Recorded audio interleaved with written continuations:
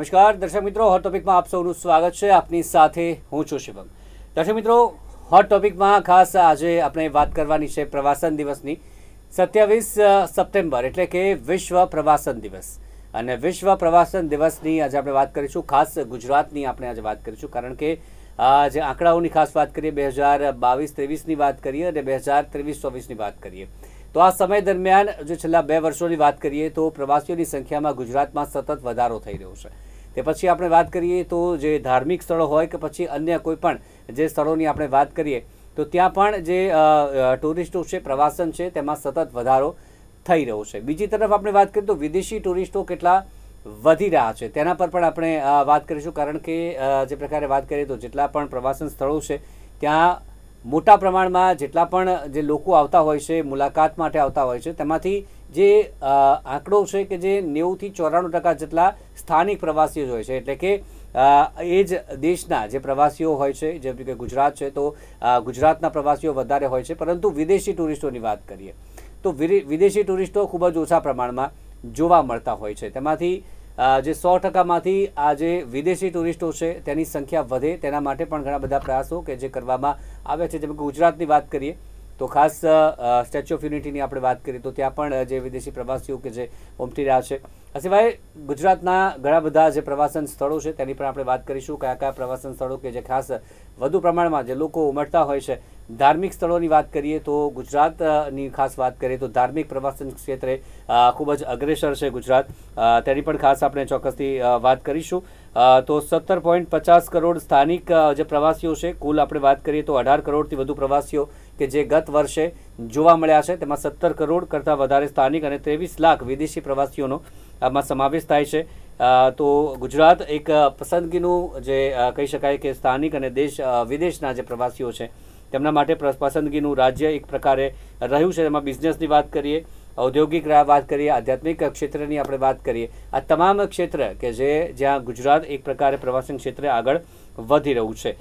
જે હેરિટેજની ખાસ કરીને વાત કરીએ તો તેના માટે પણ મુલાકાતીઓ આવતા હોય છે. અમદાવાદની આપણે ખાસ વાત કરીએ તો ત્યાં પણ જે ખાસ હેરિટેજ જે સ્થળો છે તેની પણ મુલાકાત માટે મોટા પ્રમાણમાં જે વિદેશીઓ કે જે આવતા હોય છે. ધાર્મિક પ્રવાસનની વાત કરીએ તો કુલ 457.35 લાખ પ્રવાસીઓ સાથે ગુજરાત અગ્રેસર છે. ગુજરાતમાં અનેક ધાર્મિક જે પ્રવાસન સ્થળો છે અને તેની મુલાકાત માટે પણ જે ખાસ પ્રવાસીઓ કે જે ઉમટતા હોય છે. પરંતુ એક વાત એ પણ કરીશું કે હજી પણ કેવી રીતે વિદેશી પ્રવાસીઓ વધુમાં વધુ ઉમટે તેના માટે શું કરવું જોઈએ, ખાસ સરકારે શું કરવું જોઈએ અને સુવિધાઓમાં કોઈ વધારો કરવો જોઈએ કે કેમ, તેના અંગે પણ ખાસ આપણે ચર્ચા કરીશું. અને આ ચર્ચા કરવા માટે મારી સાથે 3 મહેમાન ઉપસ્થિત છે. ડૉક્ટર ભાવિન કોડિયાતર આપણી સાથે ઉપસ્થિત છે, જે ટ્રાવેલર છે. તેમની સાથે આપણી સાથે ચંદ્રેશ લોધિયા આપણી સાથે ઉપસ્થિત છે, જે મેનેજિંગ ડિરેક્ટર છે અનાલા આઉટડોર, અને સાથે જ રિષભ શાહ આપણી સાથે ટ્રાવેલ ઇન્ફ્લુએન્સર ઉપસ્થિત છે. ત્રણેયનું સ્વાગત છે નિર્માણ ન્યૂઝમાં. સૌથી પહેલાં ચંદ્રેશભાઈ, આપનાથી જ શરૂઆત કરીએ.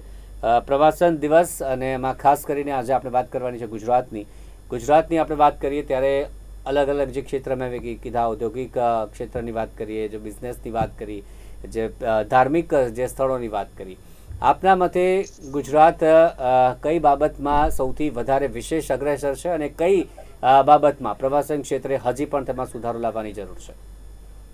Okay, thank you. Happy world tourism day બધા જ દર્શક મિત્રોને. આપણે ગુજરાતની વાત કરીએ તો સૌથી પહેલા તો આપણે અલગ અલગ કઈ કેટેગરીઓ છે ટુરિઝમની એના વિશે થોડું જાણી લઈએ.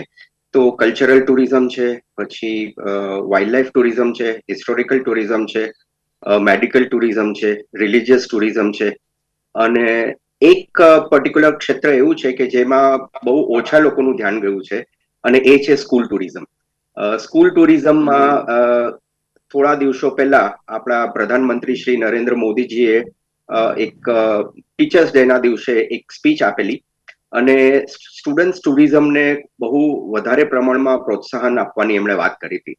અને એક બહુ સરસ વસ્તુ એમણે કહી હતી કે ઘણી બધી જગ્યાએ એવું થાય છે કે ઇન્ફ્રાસ્ટ્રક્ચર નથી એટલે ટુરિઝમ નથી થતું, અને એવું પણ છે કે ટુરિઝમ નથી એટલે ઇન્ફ્રાસ્ટ્રક્ચર નથી થતું. એટલે આ પેલી મુર્ગી ને અંડાવાળી વાત થઈ ગઈ. તો એમના માટે એમને ખાસ એક બહુ સરસ વસ્તુ કીધી કે સ્ટુડન્ટ ટુરિઝમ જો પ્રમોટ થાય તો એનાથી બહુ મોટું ઇન્ફ્રાસ્ટ્રક્ચર એમાં ના હોય તો ચાલી જાય, અને ધીરે ધીરે જેમ જેમ સ્ટુડન્ટ વિઝિટ કરતા થશે એમ ઇન્ફ્રાસ્ટ્રક્ચર એ પર્ટિક્યુલર જગ્યા ડેવલપ કરી શકે. તો હવે આપણે ખાસ ગુજરાતની વાત કરીએ તો આઈ થિંક મેડિકલ ટુરિઝમ ખૂબ સારા પ્રમાણમાં આપણે ત્યાં ચાલી રહ્યું છે. ઘણા બધા આંતરરાષ્ટ્રીય ટુરિસ્ટ આપણે ત્યાં ખાસ કરીને એનઆરઆઈઝ મેડિકલ ટુરિઝમને ધ્યાનમાં રાખીને ગુજરાતમાં આવે છે પોતાની સારવાર લેવા માટે. એ સિવાય બહુ સરસ આપણી પાસે છે એક wild life tourism. Wild life ટુરિઝમની અંદર વાત કરીએ તો ગીર નેશનલ પાર્ક છે, પછી કચ્છની અંદર જ્યારે રણ ઉત્સવ થાય છે ત્યારે ત્યાં ફ્લેમિંગો સિટી છે. લિટલ રનની વાત કરીએ તો ત્યાં વાઇલ્ડ એસ છે જે આખા વર્લ્ડમાં એક જ જગ્યાએ જોવા મળે છે. અને એ સિવાય એક નવું ઉભરતું જે ડેસ્ટિનેશન છે વેળાવદર નેશનલ પાર્ક, કે જ્યાં બ્લેક બક્સ જોવા મળે છે, સાથે વુલ્ફ અને હાઇનાસ પણ જોવા મળે છે. તો ખાસ કરીને અને એ સાથે સાથે રિલીજીયસ ટુરિઝમ કે સોમનાથ, દ્વારકા, આ બંને રિલીજીયસ ટુરિઝમની અંદર આવે છે. અને આપણે મરીન ટુરિઝમની વાત કરીએ તો gulf of Kutch national park જે છે, મરીન નેશનલ પાર્ક, ઓસ્ટ્રેલિયામાં જે ગ્રેટ બેરિયર રીફ છે એમાં જે વાઇલ્ડ લાઈફ મરીન લાઈફ જોવા મળે છે એવી જ મરીન લાઈફ આપણે ગુજરાતમાં જોવા મળે છે. તો દરેક ક્ષેત્રે ગુજરાત ખૂબ જ આગળ પડતું છે અને ઘણું બધું ટુરિઝમ વિકસી રહ્યું છે. ઓવરઓલ વાત કરીએ તો હજી પણ ખાસું વિકસી શકે એવું છે. અને એના માટે જે તમે પ્રશ્ન પૂછો કે એના માટે શું કરવું જોઈએ, તો સૌથી વધુ ઇમ્પોર્ટન્ટ છે ઇન્ફ્રાસ્ટ્રક્ચર. ઘણું બધું ડેવલપ થઈ ગયું છે પણ હજી ઘણું બધું ડેવલપ કરવાની બાકી છે. અને એ ઇન્ફ્રાસ્ટ્રક્ચર ડેવલપ કરવા માટે સરકારની મદદની પણ ખૂબ જરૂર છે. ખાસ કરીને ઇઝ ઓફ ડુઈંગ બિઝનેસ, કે જ્યારે પણ કોઈ નવો ઉદ્યોગ શરૂ થાય છે તો એમના માટે જે જોઈતી પરમિટો છે, ફાયર એનઓસી છે, બિલ્ડિંગ યુઝ પરમિશન છે, આ બધું આપવામાં ગવર્મેન્ટનો સહકાર જો મળે તો હજી ઘણું બધું ઇન્ફ્રાસ્ટ્રક્ચર ઊભું થઈ શકે એવું છે. અને હજી ગુજરાતની અંદર ખૂબ જ સારી રીતે આપણે ટુરિઝમ વિકસાવી શકીએ એવી સ્થિતિમાં છીએ અત્યારે આપણે. ચોક્કસથી આગળ પણ આપણી સાથે ચર્ચા આગળ વધારીશું. ઋષભભાઈ, આપના મતે જે પ્રકારે પ્રવાસીઓની વાત કરીએ, સ્થાનિક પ્રવાસીઓ તો આપણે વાત કરીએ છીએ કે દેશમાંથી ઘણા બધા પ્રવાસીઓ ગુજરાત આવે છે, પરંતુ વિદેશમાંથી જે પ્રવાસીઓની સંખ્યાની આપણે વાત કરીએ તો આપણે જ્યારે ત્યાં જઈએ છીએ ત્યારે ઘણા બધા તેમના ઇન્ફ્રાસ્ટ્રક્ચરની હોય કે પછી સુવિધાઓની ક્યાંક ને ક્યાંક આપણે તારીફ ઘણી બધી કરતા હોઈએ છીએ, પરંતુ અહીંયા જ્યારે વિદેશીઓ અહીંયા આવે છે ત્યારે તે લોકોના શું ખાસ મંતવ્ય હોતા હોય છે? જે પણ જે આપણે પાટણની આપણે વાળકી વાવની વાત કરીએ કે પછી સ્ટેચ્યુ ઓફ યુનિટીની વાત કરીએ, દ્વારકાની વાત કરીએ, સોમનાથની વાત કરીએ, તમામ ક્ષેત્રે જ્યારે આવતા હોય છે, વાઇલ્ડ લાઈફની જે અત્યારે વાત કરી ચંદ્રેશભાઈએ, ત્યારે વિદેશી પ્રવાસીઓને આકર્ષવા માટે વધુ ને વધુ શું કરવું જોઈએ? Thank you. Happy world tourism day આજે બધાને. બેસિકલી આપણે જે વાત કરી કે ડોમેસ્ટિક ટુરિસ્ટ તો બધા આવે જ છે, પણ વિદેશી ટુરિસ્ટ માટે આપણે શું કરવું જોઈએ? તો એના માટે સૌથી પ્રથમ છે કે આપણે ફોકસ કરીએ કે વિદેશી ટુરિસ્ટ અહીંયા શું કામે આવે.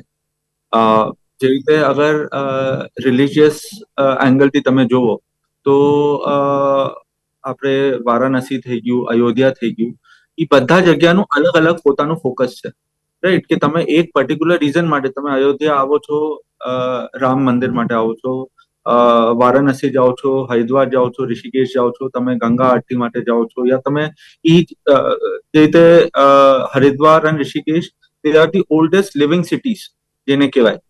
તો એ બધાનું પોતાનું ફોકસ ક્લિયર છે, રાઈટ? તો આપણે બી ગુજરાતમાં એ ફોકસ એક લાવીને કરવું જોઈએ, કેમ કે આપણા પાસે રિલિજિયસ પ્લેસીસ ઘણા બધા છે. વાઇલ્ડ લાઈફ આપણે જે છે, we are the only place જેમાં આપણે લાયન ઇન્ડિયામાં તમને જોવા મળે ઇન ધ વાઇલ્ડ. જે તમે વાત કરી કે વેળાવદર છે, જેમાં બ્લેક બક સેન્ચુરી છે, જેમાં વિચ ઇઝ પોસિબલી કોઈને ખબર જ નથી કે ત્યાં વુલ્ફ અને હાઈના જોવા મળે. મેક્સિમમ બધા શું સોચે કે બ્લેક બક જોવા મળશે, ત્યાં ડિયર માટે આવી જાય, પણ વુલ્ફ અને હાઈના જે એપેક્સ પ્રેડેટર્સ કહેવાય કોઈ બી ફોરેસ્ટમાં, એને જોવા માટે તમે ક્યાંય બી જાઓ, કોઈ બી તમે સામાન્ય માણસને પૂછો તો એ લોકો નહીં કહી શકે. એન્ડ આ તો આપણા ઘર આંગણે જ કહેવાય. તો પણ આપણે અગર અમદાવાદમાં જ કેટલા જણને આ વાત ના ખબર હોય, તો આપણું જે બેસિક અન્ડરસ્ટેન્ડિંગ છે પોતાના સ્ટેટનું, આઈ થિંક આપણે ઇન્ક્રીઝ કરશું તો આપણે બીજાને કહી શકશું કે આ તમે આના માટે અહીંયા તમે આવો. ઇન્ફ્રાસ્ટ્રક્ચર ડેફિનેટલી આપણને બધાને જરૂરત છે જ. ગુજરાત ઇન્ફ્રાસ્ટ્રક્ચરમાં ઘણું આગળ છે. આપણા roads are one of the best આપણા પૂરા કન્ટ્રીમાં. પણ તે છતાંય આપણે જેવી રીતે કહેવા જઈએ તો ટુરિઝમનું એક હોય છે કે તમને ફૂડ, કલ્ચર અને સ્ટે એ ત્રણેય ચીજ તમે ના હોય ને તો તમારું જે ટુરિસ્ટ ખેંચવાની શક્યતા છે એ તમારી પ્રોબેબિલિટી ઓછી થતી. તો આપણા પાસે કલ્ચર 100% છે. ફૂડ આપણે we are unique in the sense કે આપણું જે વેજીટેરિયન ફૂડ આજે પૂરા વિશ્વમાં વીગન ફૂડનું, વેજીટેરિયન ફૂડનું બોલબાલા વધે છે. અને આપણું એવું સ્ટેટ છે જ્યાં ઓલરેડી તમે કેટલા પ્રકારના વેજીટેરિયન ફૂડ ઓલરેડી આપણે મળે છે, રાઈટ. આપણે કંઈ ઇનોવેશન કરવાની જરૂરત નથી. આપણામાં ઓલરેડી એટલા વર્ષનું ઇનોવેશન આપણા સામે જ છે. તો ફૂડ માટે બી માણસો આવી શકે. પણ જે રીતે હેરિટેજ પ્લેસીસ છે આપણા, રાઈટ, તો એમને હેરિટેજ હોટલ્સને કન્વર્ટ કરીને એક પર્ટિક્યુલર લેવલ, એક બેન્ચમાર્ક જે સ્ટેનું, ફેસિલિટીનું આપણે અગર આપતા થશું તો માણસો બારેથી અહીંયા આવવાનું પ્રિફર બી કરશે. બેન, એ જ વાત જે વિદેશીઓ માટે આપણે વાત કરી રહ્યા છીએ કે ગુજરાતમાં, અને ગુજરાતમાં જે જ્યારે આવે છે ત્યારે ગુજરાતમાં આપણે વાત કરીએ તો જે પ્રતિબંધો છે જે અમુક બાબતોના, તેની તો ખાસ આપણે ચર્ચા કરીશું, કારણ કે એ વિદેશીઓ એ રીતે ઢળી જતા પણ હોય છે કે એમને ખબર છે ગુજરાતમાં આ રીતનું છે. પરંતુ ખાસ કરીને જે ત્રણ વસ્તુ કીધી, ફૂડ, જે પ્રકારે કલ્ચર અને જે સ્ટે, ખાસ કરીને રહેવાની સુવિધાઓ અને જે ખાવા પીવાની સુવિધાઓ છે, રોડ રસ્તા તો આપણે ત્યાં જે પ્રકારે સારા છે, જે પ્રકારે જણાવ્યું છે, પરંતુ આ જે મુખ્ય સુવિધાઓ છે તેમાં કેવા પ્રકારે વિદેશીઓ છે જે લાભ લેતા હોય છે, તેમાં કોઈ પણ પ્રકારનો સુધારો કેવો જરૂરી છે? Right, thank you so much. નિર્માણ ન્યૂઝને ખૂબ આભાર. તમને બધાને for our tourism day congratulations for us. અને as a Gujarati, I think આપણા માટે તો એ પ્રાઉડની વસ્તુ છે કે આપણા ગુજરાતમાં ફોરેન ટુરિસ્ટની વાત કરીએ તો ગુજરાત જે ઓફર કરી રહ્યું છે, which is very exclusive if you C. અને ટુરિઝમમાં જે ઋષભભાઈ વાત કરી કે સ્ટે, ફૂડ, હું મેં પણ ઇન્ક્લુડ કરવામાં, ઇન્ફ્રાસ્ટ્રક્ચરની સાથે કોઈ પણ કમ્પ્લીટ એક્સપિરિયન્સ લેવા માટે food is important, stay is important, places are important, and music is also important. Music complete experience, જે આપણો એક્સપિરિયન્સ એ કમ્પ્લીટ કરે. આપણી પાસે તો જે ગરબા અને નવરાત્રી આપણી જે છે, જે આખા દુનિયામાં આપણે કોઈ પણ દુનિયાના કોઈ પણ ખૂણે આ જાતનો ફેસ્ટિવલ નથી થતો. અને આપણે આપણા ગરબા તો આપણે કોઈ પણ ફેસ્ટિવલ હોય એમાં આપણે ચાલુ થઈ જાય. આપણી પાસે કાઇટ ફ્લાઇંગ ફેસ્ટિવલ છે. આ બધા ફેસ્ટિવલ્સ તો ફોરેનર્સ કે જે બહારના જે ટુરિસ્ટ છે એમને આપણે એટ્રેક્ટ કરીએ છીએ. એના સિવાય જે બધાને ખબર છે આપણી પાસે, yes of course we have wild life sanctuaries છે આપણી પાસે. લાયન ઇઝ એક્સક્લુઝિવ ટુ અસ. એના સિવાય પણ એક વસ્તુ એવી છે આપણી પાસે જે કદાચ દુનિયામાં કોઈ ખૂણામાં નથી, એ છે આપણું ઓલ્ડેસ્ટ સિવિલાઇઝેશન. તમે જુઓ 5th સેન્ચુરી BC, એટલે આજથી 5,000-5,500 વર્ષ પહેલા આ ધરતી પર 3 મેજર સિવિલાઇઝેશન હતા. Egyptian civilization in Egypt, Mesopotamian in Euphrates, અને third was the Harappan civilization, કે જે ફ્લરિશ થયું હતું ઇન્ડસ વેલી અને સરસ્વતી નદીના કિનારે. અને એમાંના હરપ્પન સિવિલાઇઝેશનના જે મેજર સાઇટ્સ છે, એમાંની બહુ બધી સાઇટ્સ આપણા ગુજરાતમાં છે. ધોળાવીરા છે આપણી પાસે લોથલ છે. આ વસ્તુ આપણે પ્રમોટ કરીએ છીએ દુનિયા માટે, જે દુનિયામાં ક્યાં આ લોકોને જોવા નહીં મળે, કે આપણે કેવા સિવિલાઇઝેશન, આપણે ગુજરાતી કે આ ઇન્ડિયન માણસો, we are the creators of that civilisation. અને એના પછી પણ તમે જુઓ કે after that also Vedic period પછી જે બુદ્ધિઝમ નો રાઇઝ થયો, 535 BC Gautam Buddha was Born. અને એના પછી જે બુદ્ધિસ્ટ સાઇટ્સ જે છે એમાંની પણ ઘણી ખરી સાઇટ્સ આપણા ગુજરાતમાં છે. આપણી પાસે શામળાજી પાસે દેવની મોરી, કે જે ઓલ્ડેસ્ટ સ્તૂપા હતો, જે અશોકા મૌર્યએ બનાવેલો હતો, એ ટાઈપના સ્તૂપાના અવશેષો આપણી પાસે છે. આપણી પાસે કુંભાલીડાસ બુદ્ધિસ્ટ કેવ્સ છે, સિયોટ બુદ્ધિસ્ટ કેવ્સ છે. આપણું હેરિટેજ આજથી 5,000 વર્ષથી ચાલુ થઈ અને અત્યારના મોડર્ન આર્કિટેક્ચર, કે આપણો tallest, one of the tallest statue in the world is our statue of unity સુધીનું આપણી પાસે બધું જ છે. આપણી પાસે દરિયા કિનારો છે, આપણી પાસે રણ છે, આપણી પાસે જંગલો છે. ગુજરાતમાં શું નથી? જોવા માટે બધી જ જગ્યાઓ છે. ઇન્ફ્રાસ્ટ્રક્ચર આપણું ગવર્મેન્ટ ડેવલપ કરી રહી છે. પણ આઈ થિંક સમ પ્લેસ જે માર્કેટિંગ ઇન્ટરનેશનલ લેવલ ઉપર થવું જોઈએ, એ આપણા નેબરિંગ સ્ટેટ્સ, કદાચ રાજસ્થાન ગણી લો, they are more successful in that, કે જે ફોરેન ટુરિસ્ટને એટ્રેક્ટ કરી રહ્યા છે.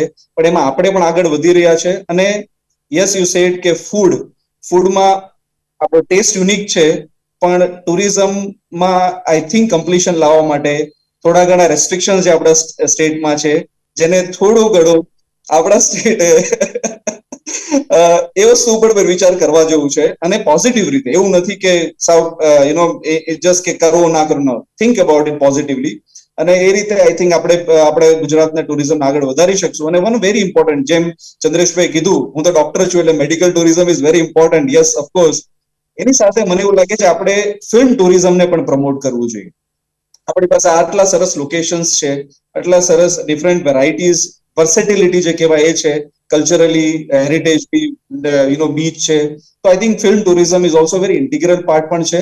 અને infrastructure in every form is improving, અને આગળ જતા ઇમ્પ્રુવ થશે, અને આપણે ગુજરાતમાં tourism will improve definitely for sure. Yes yes.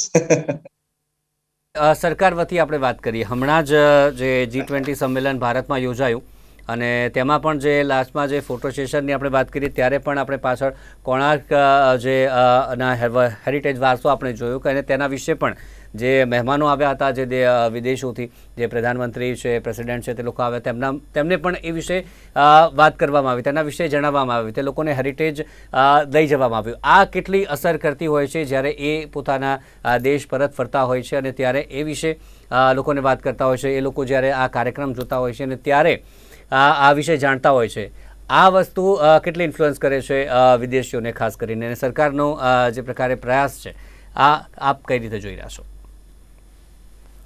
ઘણી સારી રીતે આ ટાઈપના જે આપણે ત્યાં જે સમિટ્સ ઓર્ગેનાઇઝ થાય છે એનાથી ઘણો મોટો ફાયદો થાય છે. કારણ કે ત્યારે જે લોકો આવીને ગુજરાતમાં જે સંમેલનમાં ભાગ લે છે એ એમની પાસે થોડા એક્સ્ટ્રા દિવસો પણ હોય જ છે, અને એ એક્સ્ટ્રા દિવસોમાં એ લોકો ગુજરાતનું સાઇટસીઇંગ પણ કરે છે, અલગ અલગ ખાસ જે જોવાલાયક સ્થળો છે ત્યાંની વિઝિટ પણ કરે છે. પણ જેમ આપણે ભાવિનભાઈએ કીધું એ પ્રમાણે આપણે માર્કેટિંગમાં થોડા પાછળ પડીએ છીએ, તો થોડું માર્કેટિંગ આપણે વધારે ઇન્ટરનેશનલ લેવલ ઉપર પણ કરી શકીએ. અને એમાં ખાસ કરીને આપણને ગવર્મેન્ટનો સરકારનો બહુ મોટો સપોર્ટ જોઈએ, તો એનાથી આપણે ઘણા હજી આગળ વધી શકીએ. અત્યારે તમે જોવા જાવ તો અમુક સ્ટેટ એવા છે કે જે ઇન્ટરનેશનલ ટુરિઝમમાં ઘણા આપણા કરતા આગળ છે. રાજસ્થાન થઈ ગયું, ઉત્તર પ્રદેશ હવે ધીરે ધીરે અયોધ્યાને લીધે આગળ વધી રહ્યું છે. તો એ જ રીતે આપણે પહેલા જ વાત થઈ કે Gujarat is very unique. Best સૌથી મોટો સી કોસ્ટ છે આપણી પાસે. આપણી પાસે એશિયાટિક લાયન જે આખા વર્લ્ડમાં બીજે ક્યાંય નથી એ છે. આપણી પાસે વાઇલ્ડ એસ છે, આપણી પાસે બ્લેક બક્સ છે. તો આને વધારે થોડું સારી રીતે માર્કેટિંગ કરીએ, અને ગવર્મેન્ટની અમુક પોલિસીઝ માટે પણ આપણે થોડું વિચારવા જેવું છે. જેમ કે આપણે કીધું કે ભાઈ પ્રોહિબિશન એક અડચણરૂપ છે, પણ છેલ્લા થોડા વર્ષોમાં આપણે જોવા જઈએ તો ટુરિસ્ટ માટે ઓનલાઈન પરમિટ્સ ઇઝીલી અવેલેબલ થઈ ગઈ છે. તો એક આ ખાસ કરીને સરકાર તરફથી એક મોટો સ્ટેપ છે કે ઓનલાઈન પરમિટ બહારથી જે ટુરિસ્ટ આપણે ત્યાં આવે છે ગુજરાતની અંદર, એમને ઓનલાઈન પરમિટ તરત મળી જાય છે. પણ સાથે સાથે હું એ પણ કહેવા માંગીશ કે ગવર્મેન્ટની ટુરિઝમ વધારવામાં હજી બીજી હેલ્પ ક્યાં મળી શકે. જેમ કે આપણે વાત કરી કે અલગ અલગ ટુરિઝમની વાત કરી, એમાં જે સ્કૂલ ટુરિઝમની આપણે જે વાત કરી, તો આપણે સ્ટેચ્યુ ઓફ યુનિટીમાં હજારો લાખો સ્ટુડન્ટ્સ દર વર્ષે ત્યાં વિઝિટ કરતા હોય છે. અમદાવાદમાં સાયન્સ સિટીમાં વિઝિટ કરતા હોય છે. તો ગવર્મેન્ટે થોડું ગાઈડલાઇન્સ એ પ્રમાણે નક્કી કરવી જોઈએ કે ભાઈ એ ટુરિઝમ, સ્કૂલ ટુરિઝમ બંધ ના થાય. રિસન્ટલી કદાચ આપને ખ્યાલ હોય તો થોડા એકાદ મહિના પહેલા એક સરકારની ગાઈડલાઇન્સ આવી હતી, જેમાં school trips, school picnic, school tours એને સ્થગિત કરવામાં આવી છે. ઓફકોર્સ એની પાછળનું જે કારણ છે એ સેફટી છે, પણ જૂની પણ ગાઈડલાઇન્સ હતી એ બહુ વ્યવસ્થિત જ હતી.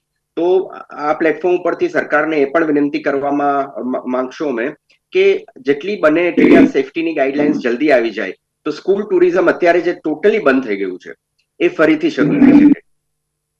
ભાવિનભાઈ અને રિષભભાઈ બંને પાસેથી ખાસ જે ગુજરાતના ખાસ સ્થળો, કયા કયા સ્થળો જે પ્રકારે આપ માનો છો કે અહીંયા વિદેશી ટુરિસ્ટો વધારે છે, તે પછી ભારતના હોય અને ગુજરાતમાં વધી શકે છે એવું આપને લાગી રહ્યું છે, એવા કયા સ્થળો આપને લાગી રહ્યા છે? ટૂંકમાં જલ્દીથી ભાવિનભાઈ આપણાથી શરૂઆત કરીએ. યસ યસ, હું એવું કહીશ કે આઈ થિંક ગુજરાતમાં આપણી પાસે કચ્છ જે છે, ઓફકોર્સ કચ્છ ફેસ્ટિવલ કરી રહ્યા છે, જે આપણી માટે એક આપણું કહેવાય ને ક્રાઉન છે ગુજરાતનું. અને of course with the Gir Lions, આ બે વસ્તુ એવી છે કે જે આપણે એકચ્યુઅલી બહુ સરસ રીતે માર્કેટ કરીને એ જોવા માટે યુનિક એક્સપિરિયન્સ માટે ટુરિસ્ટો આવે. એના સિવાય આપણી પાસે ઓલ્ડેસ્ટ આર્કિટેક્ચરલ સાઇટ્સ છે, સન ટેમ્પલ મોઢેરા છે, આપણી પાસે રાણીની વાવ છે. આમાંથી આ એક્સપર્ટ્સ આપણે ચંદ્રેશભાઈ, ઋષભભાઈને ખબર હશે, પણ ગુજરાતમાં એક એવી જગ્યા છે, there is a place known as Jhinavari Gop. ત્યાં આગળ એક મંદિર છે, સૂર્ય મંદિર, કે જે આખા ગુજરાતનું ઓલ્ડેસ્ટ સ્ટેન્ડિંગ ટેમ્પલ છે, 6th સેન્ચુરી એડી. અને જે ઓલ્ડેસ્ટ સ્ટેન્ડિંગ ટેમ્પલ ઇન્ડિયાનું જે સાંચી સ્તૂપમાં ટેમ્પલ નંબર 17 છે એના પછી કદાચ 200 વર્ષ પછી બનાવેલું છે. આપણી પાસે આવી બહુ હેરિટેજ પ્લેસીસ છે કે જેને માર્કેટિંગ આપણે કરીને ટુરિઝમમાં ઇમ્પ્રુવ કરી શકીએ.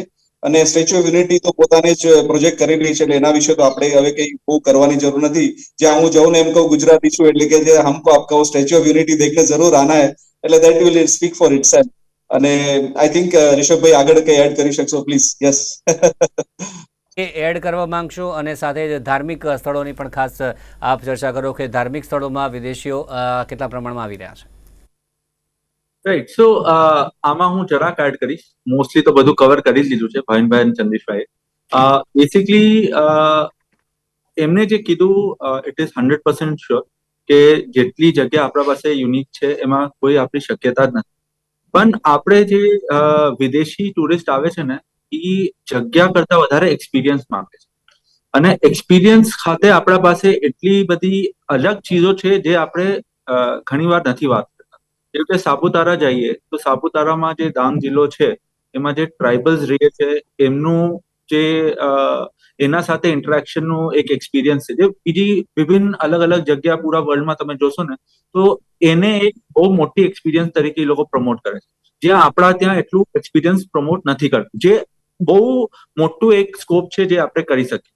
પ્લસ જે રીતે અમદાવાદને યુનેસ્કો વર્લ્ડ હેરિટેજ દરજ્જો આપવામાં આવ્યો કે it is a heritage city, તો આપણે જેવી રીતે અમદાવાદમાં જ હેરિટેજ આર્ટ કલ્ચરનું એક પૂરું એક યુનિક પ્રોપોઝિશન જેવી રીતે બનાવી છે. વિયેતનામનું એક હોયાન કરીને એન્શિયન્ટ સિટી કરીને પ્રમોટ કરે છે એ લોકો. અને એમાં it is only about the experience. જ્યાં ત્યાં બધા ટુરિસ્ટ લોકો બી રહે છે તો it is actually a tourist town only.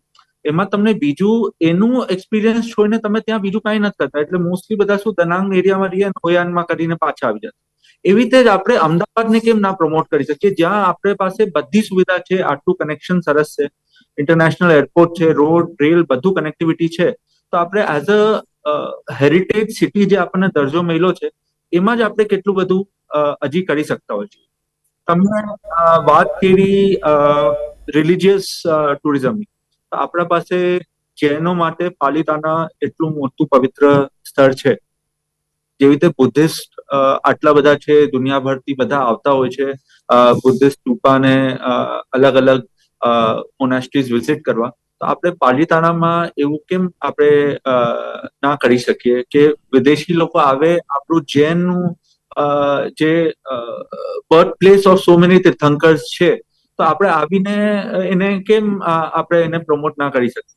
તો દેટ ઇઝ સમથિંગ. કેમ કે બીજું બધું તો મોસ્ટલી બધું કવર થઈ ગયું છે in terms of Pavagadh, Lothal, ચોક્કસ વાત પણ ઘણી બધી કરી શકીએ છીએ હજી પણ, પરંતુ સમયનો અભાવ છે એટલે ચર્ચાને અહીંયા રોકવી પડે છે. પરંતુ જે આપણી કોશિશ હતી કે વિદેશી પ્રવાસીઓ ખાસ કરીને, સ્થાનિક પ્રવાસીઓ તો જે જતા જ હોય છે, ભારતભરમાંથી પણ આવતા હોય છે, પરંતુ વિદેશીઓ કેટલા પ્રમાણમાં ગુજરાતમાં આવે છે કમ્પેર ટુ જે રાજસ્થાનની વાત કરીએ, ઉત્તર પ્રદેશની વાત કરીએ, અન્ય જે રાજ્યોની આપણે વાત કરી રહ્યા છીએ તેને વધારવા માટે ખાસ જે એક મુખ્ય જે વાત કરવામાં આવી માર્કેટિંગ અને અન્ય જે ઇન્ફ્રાસ્ટ્રક્ચરની બાબત હોય તેમાં અત્યારે ધીરે ધીરે સુધારો ચોક્કસથી થઈ રહ્યો છે. પરંતુ હજી પણ વધારેમાં વધારે સુધારા થાય અને વધારેમાં વધારે લોકો અહીંયા આવતા થાય છે. પછી ગુજરાતના અલગ અલગ આપણે જઈએ તો દક્ષિણમાં જઈએ તો ત્યાં અલગ કલ્ચર જે હોય છે, જે ટ્રાઇબલની આપણે વાત કરી, સૌરાષ્ટ્રની વાત કરીએ, કચ્છની વાત કરીએ, મધ્ય ગુજરાતની વાત કરીએ, આ તમામ જગ્યાએ એક અલગ અલગ કલ્ચર જોવા મળતા હોય છે અને એને માટે પ્રમોટ કરવા માટે ખાસ માર્કેટિંગની પણ જરૂરી છે. અને તેમાં કંઈક ને કંઈક અંશે વધારો થાય તો ઇન્ટરનેશનલ ટુરિઝમ આમાં વધી શકે છે. એ જ મુદ્દે ચર્ચા કરી. ચર્ચામાં જોડાયા ચંદ્રેશભાઈ, ડૉક્ટર ભાવિન અને સાથે જ રિષભભાઈ, ત્રણેયનો આભાર અમારી સાથે આ ચર્ચામાં જોડાયા હતા બદલ. Thank you very much. તો દર્શક મિત્રો, હોટ ટોપિકમાં હાલ બસ આટલું જ. ફરી મળીશું નવા મુદ્દાને લઈને. ત્યાં સુધી રજા આપશો. જોતા રહો નિર્માણ ન્યૂઝ. નમસ્કાર.